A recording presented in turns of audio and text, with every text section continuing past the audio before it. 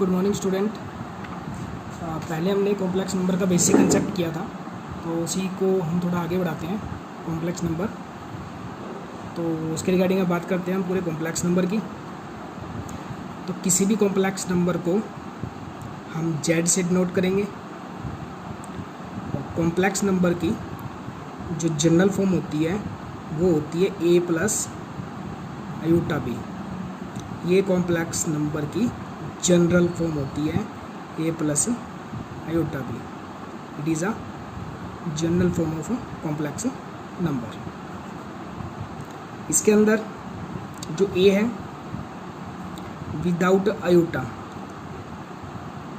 It is called real part. इसे हम क्या बोलते हैं? रियल पार्ट बोलते हैं। और जो कोफिशिएंट आयोटा के साथ होगा उसे हमें नॉट रियल पार्ट, यानी उसे हम क्या बोलेंगे? इमेजिनरी पार्ट बोलेंगे। तो दो पार्ट से मिलकर एक कॉम्प्लेक्स नंबर बनता है ए प्लस आयोटा बी। इसकी जनरल फॉर्म होगी, कहीं हम इसको एक्स प्लस आयोटा वाई भी लिख सकते हैं। तो A is a real part and B is its imaginary part. तो बी उसका क्या हो जाएगा? इमेजिनरी पार्ट हो जाएगा। तो ये किसी भी कॉम्प्लेक्स नंबर की जनरल फॉर्म होती है। तो सबसे पहले हमें किसी भी क्वेश्चन में उसको जनरल फॉर्म में कन्वर्ट करना सीखना है। तो मैं अपनी तरफ से कुछ एग्जांपल लेकर चल रहा हूँ। जैसे एक मैं एग्जांपल लेता हूँ यहाँ पर, लेट 3 + 2 आयोटा होल स्क्वायर। अब हमें यहाँ पे क्या करना है? इसको ए प्लस आयोटा बी की फॉर्म में क्या करना है? कन्वर्ट करना है। तो यहाँ हमारी जो बेसिक कैलकुलेशन है वो काम आएगी। Addition, subtraction, multiplications, identities apply करना, जो अब मैट्रिक तक कर चुकी है वही चीज़ इसमें यूज़ होने वाली है, कुछ ज़्यादा नया नहीं है। तो यहाँ हम इसको कैसे कन्वर्ट करेंगे? यहाँ अगर हम ध्यान से देखते हैं तो A plus B whole square की आइडेंटिटी यूज़ हो रही है, जो हम काफ़ी कर चुके हैं। लगभग हम 7th 8th से स्टार्ट कर देते हैं इस आइडेंटिटी को। ए प्लस बी का होल स्क्वायर इक्वल होता है A square plus B square plus 2ab। तो साफ पता चल रहा है इस पर यूज करना है, जो ये क्वेश्चन अभी चल रहा है हमारे पास।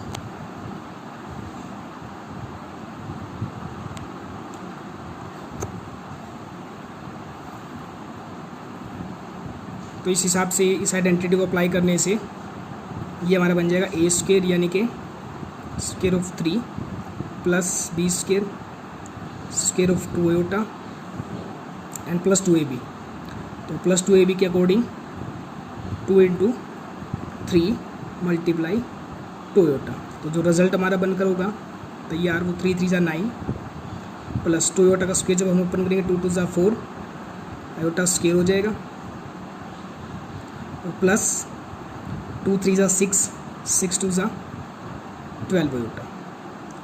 और आयोटा की जो भी हायर पावर आती है उसको हम सॉल्व करेंगे, जो हमने फर्स्ट लेक्चर में पढ़ा था। तो आयोटा स्क्वायर इज़ -1, ये हम कर चुके हैं। आयोटा स्क्वायर किसके इक्वल होगा? -1 के इक्वल होगा। तो आयोटा स्क्वायर को हम कितना बना देंगे? -1। तो आयोटा स्क्वायर जब -1 होगा तो +4 कितना हो जाएगा? -4 हो जाएगा, क्योंकि आयोटा स्क्वायर -1 होगा, और -1 को जब हम 4 से मल्टीप्लाई करेंगे तो ये -4 बन जाएगा। और आगे हमारे पास है +12 iota. Iota is always iota. तो लाइक टर्म्स को हम कन्वर्ट करेंगे। जो लाइक टर्म्स है उनको हम क्या करेंगे? कंबाइन कर देंगे। जैसे 9 और 4 कॉन्स्टेंट वैल्यू है, रियल वैल्यू है, 5 आ जाएगा, और प्लस में 12 आयोटा हो जाएगा। तो इस तरह से हमारा जो ये क्वेश्चन है ये कन्वर्ट हो जाता है अपनी जनरल फॉर्म, यानी ए प्लस आयोटा बी में। अगर बात करें हम यहाँ पर ए की, तो A is 5 and B is 12। तो इस तरह से हम एक्सपेंड करके किसी भी क्वेश्चन को जनरल फॉर्म में कन्वर्ट कर सकते हैं। तो जो चैप्टर नंबर 5 है एनसीईआरटी से रिलेटेड है। और अगर एक्सरसाइज 5.1 की हम बात करते हैं एनसीईआरटी के अंदर, तो उसके अंदर जो क्वेश्चन दिए हुए हमें 1 से लेकर लगभग 10 तक, उन सभी में हमने क्या करना है? जनरल फॉर्म में कन्वर्ट करना है। तो इसके लिए जैसे क्वेश्चन नंबर एनसीईआरटी से हम लेते हैं question number 9th, NCERT question number 9th, exercise 5.1। Statement की अगर हम बात करें तो स्टेटमेंट हमारे पास है 1/3 + 3 आयोटा होल क्यूब। तो यहाँ हम कौन सी आइडेंटिटी यूज करेंगे, ए प्लस बी का होल क्यूब यूज़ करेंगे, जो हम 9th में काफ़ी यूज कर चुके हैं। तो ए प्लस बी का होल क्यूब, तो ए प्लस बी का होल क्यूब होता है ए क्यूब, 1/3 का क्यूब होगा, प्लस बी क्यूब, 3 आयोटा का क्यूब हो जाएगा, plus 3 A square B, 3 A square, A is 1/3 square into B, B is 3 iota, and plus 3 A is 1/3 into B square, B is 3 iota, then इसका क्या हो जाएगा, square हो जाएगा, A cube plus B cube plus 3 A square into B plus 3 A into B square. अब इसको simply जो calculation है उसके हिसाब से हम इसको सोल्व करेंगे। 1/3 का क्यूब अगर ओपन करते हैं कितना हो जाएगा, 1/27, और क्यूब ऑफ 3 आयोटा, 3 आयोटा का अगर हम क्यूब खोलते हैं, 3 3 जा 9, 9 3 जा 27 आयोटा क्यूब, 27 आयोटा, आयोटा है आयोटा क्यूब हो जाएगा। और इसके बाद की अगर हम बात करते हैं तो 1/3 का स्क्वायर 1/9 हो जाएगा। ये सारा मल्टीप्लाई में चल रहा है, इट इज़ 1/9 इंटू में क्या चल रहा है, 3 आयोटा चल रहा है, प्लस में नेक्स्ट की बात करते हैं तो 3 इंटू में 1/3 इंटू में 3 आयोटा का होल स्क्वायर अगर हम खोलते हैं, 3 3 जा 9 आयोटा स्क्वायर हो जाएगा। और आगे कैलकुलेट करें, 1/27 इज़ 1/27। वो बात करें आयोटा क्यूब की, तो पीछे लेक्चर में मैंने बता दिया था आयोटा क्यूब को कैसे सोल्व करेंगे, आयोटा स्क्वायर इंटू आयोटा लिखकर। तो आयोटा क्यूब की जो वैल्यू है वो कितनी बन जाएगी हमारे पास, माइनस आयोटा बन जाएगा। तो आयोटा क्यूब की जगह कितना आ जाएगा, माइनस आयोटा, तो प्लस माइनस हो जाएगा, तो ये हो जाएगा -27 आयोटा हो जाएगा, प्लस में 3 3 जा 9 एंड 3 से 3 कैंसिल, तो ये हमारे पास आ जाएगा ओनली आयोटा, प्लस यहाँ की और बात करते हैं, 3 से 3 क्या हो जाएगा, कैंसिल हो जाएगा, क्या बचता है 9 आयोटा स्क्वायर, और आयोटा स्क्वायर भी हम कर चुके हैं। आयोटा स्क्वायर की वैल्यू कितनी होती है, iota square is -1, iota square is -1। तो इस हिसाब से 3 से 3 कैंसिल होने के बाद 9 इंटू आयोटा स्क्वायर इज -1, तो 9 इंटू माइनस मीज -9। तो यहाँ तक हम पहुँच चुके हैं।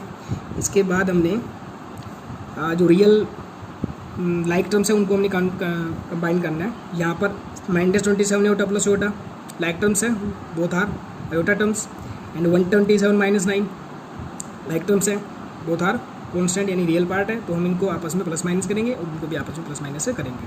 तो 127 में से हम किसको माइनस करेंगे, 9 को। सब्ट्रैक्शन कर रहे हैं हम, तो किससे हो जाएगा, ये एलसीएम से हो जाएगा। 127 - 9 एलसीएम आ जाता है हमारे पास 27, 1 माइनस 9 को अगर हम क्या करते हैं 27 से मल्टीप्लाई करते हैं तो हमारे पास आ जाता है 9 इंटू 27 इज़ 243, इट इज़ 243।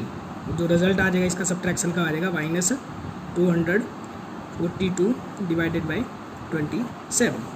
तो हमारा 127 - 9, 127 - 9 1/27 - 9 का जो रिजल्ट है वो कितना आ जाता है हमारे पास -242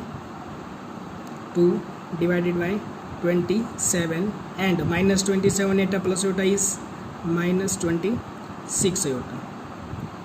तो इस हिसाब से लास्ट में जो फॉर्म हमारे पास आकर निकलेगी वो अपनी जनरल फॉर्म में कन्वर्ट हो जाएगा, यानी कि ए प्लस आयोटा भी फॉर्म हो जाएगा। A is a real part and B its imagery part. तो हम यहाँ कह सकते हैं ए रियल पार्ट कितना होगा -242/27 एंड बी इमेजरी पार्ट कितना होगा इसका -26 होगा। तो जो बेसिक कैलकुलेशन हम करके आए हैं अब तक, कोई भी आइडेंटिटी उन्हीं का यूज़ करके हमने किसी भी कॉम्प्लेक्स नंबर को क्या करना है, सॉल्व करना है। अब बात करते हैं हम इसके क्वेश्चन नंबर 11 की। क्वेश्चन 11 में हमने क्या करना है, स्टेटमेंट अगर हम रीड करते हैं, find the multiplicative inverse of each complex number. Complex number को हम जेड का नाम देंगे, और जैसे इसका क्वेश्चन नंबर हम 11 ले लेते हैं। क्वेश्चन नंबर 11 में जेड में दिया हुआ है 4 - 3 आयोटा। हमें क्या फाइंड करना है, इसका मल्टीप्लिकेटिव इनवर्स, जिसको हम रेसिप्रोकल भी कहते हैं। तो जेड का मल्टीप्लिकेटिव इनवर्स कितना हो जाएगा, 1/z हो जाएगा। इस हिसाब से 4 - 3 आयोटा का मल्टीप्लिकेटिव इनवर्स कितना हो जाएगा, 1/4 - 3 आयोटा। ये हो जाएगा हमारे पास कितना 1/4 माइनस 3 आयोटा।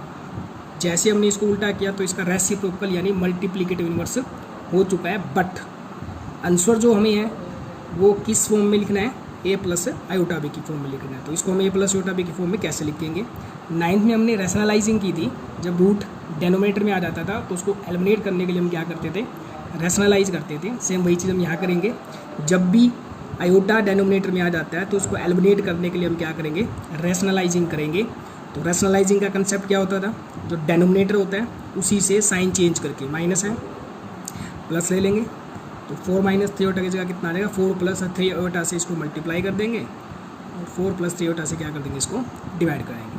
सेम जो 9th में हम करके आए हैं, उसके बाद हम मल्टीप्लाई करेंगे, 1 को मल्टीप्लाई करेंगे 4 प्लस 3 आयोटा से, तो कितना आ जाएगा, 4 प्लस 3 आयोटा। नीचे क्योंकि जब भी हम रैशनलाइजिंग करते हैं तो नीचे कौन सी आइडेंटिटी यूज होती है, A minus B into A plus B is equal to A square minus B square. हर बार 9th में भी यही यूज़ होती थी जब रूट हम एलिमिनेट करते थे, तो यहाँ भी यही यूज़ हो रहा है। 4 minus 3 iota into 4 plus 3 iota, A minus B into A plus B, A square minus B square, A is 4 square of 4 minus B, B is 3 iota, 3 iota का स्क्र। तो इसको आगे हम सोल्व करते हैं तो हमारे पास आ जाएगा 4 प्लस 3 आयोटा, नीचे क्या बन रहा है, ए स्क्र माइनस बी स्क्र, तो 4 4 जा 16 माइनस 3 आयोटा, 3 3 जा 9 आयोटा स्क्र। तो नीचे कितना आ चुका है हमारे पास, 16 माइनस 9 आयोटा स्क्र। तो जो फाइनली रिजल्ट हमारा आगे जाता है तो 16 again iota square is -1, iota square कितना होगा, -1 होगा। तो जैसे ही हम यहाँ पर आयोटा स्क्र की जगह क्या करते हैं, -1 माइनस 9 से मल्टीप्लाई होगा तो क्या कर देगा, उसको प्लस का 9 बना देगा। तो नीचे हमारे पास आ जाएगा 16 प्लस 9, हर बार यही होगा, माइनस होगा, आयोटा स्क्र होगा और वो माइनस को क्या करेगा, प्लस बना देगा। तो जब भी आयोटा हमारा डिवाइड में आ जाता है यानी कि डेनोमिनेटर की जगह आता है तो हम क्या करेंगे, रैशनलाइजिंग करेंगे और इस प्रकार से आइडेंटिटी अप्लाई करेंगे। तो 16 प्लस 9 कितना हो गया, 25। अब इसको किस फॉर्म में बदलना है, ए प्लस आयोटा बी की फॉर्म में। तो जो एलसीएम है उसको हम क्या करेंगे, स्प्लिट कर देंगे, अलग अलग कर देंगे, 4/25 एंड डिवाइड बाय 3/25, 3/25 आयोटा। तो ये जो फाइनली हमारा आंसर किस में कन्वर्ट हो चुका है, A plus iota B form में कन्वर्ट हो चुका है। A is a real part which is 4/25 and B is the imaginary part which is 3/25। तो क्वेश्चन में था कि हमें इसका क्या फाइंड करना था, मल्टीप्लिकेट इनवर्स यानी कि रेसिप्रोकल निकालना था। रेसिप्रोकल हम काफ़ी कर चुके हैं, रिवर्स कर देंगे तो जेड का रेसिप्रोकल कितना हो जाएगा, 1/z यानी 4 माइनस 3 आयोटा कितना हो जाएगा, 1/4 माइनस 3 आयोटा। तो यहाँ इसकी रैशनलाइजिंग तो हो चुकी है, बट हर क्वेश्चन को, चाहे क्वेश्चन कोई भी हो, हमें उसको किस फॉर्म में लिख के छोड़ना होता है, ए प्लस आयोटा बी में। इसीलिए हमने इसको ए प्लस आयोटा बी बनाने के लिए रैशनलाइजिंग की, और rationalising same as it 9th में करते थे हम। तो इस हिसाब से सोल्व होकर हमारा जो फाइनल रिजल्ट आ जाएगा वो 4/25 प्लस 3/25 आयोटा आ जाएगा। तो इस तरह से हम इसका मल्टीप्लिकेटिव इनवर्स कर पाएंगे। तो एक्सरसाइज 5.1 फर्स्ट लेक्चर के अकॉर्डिंग और इस सेकंड लेक्चर के अकॉर्डिंग आप कंप्लीट कर सकते हैं। फिर भी कोई प्रॉब्लम आती है तो आप मुझे व्हाट्सएप ग्रुप के ऊपर रिप्लाई कर सकते हैं। जो भी होगा उसका आपको वीडियो ज़रूर मिल जाएगा। Thank you.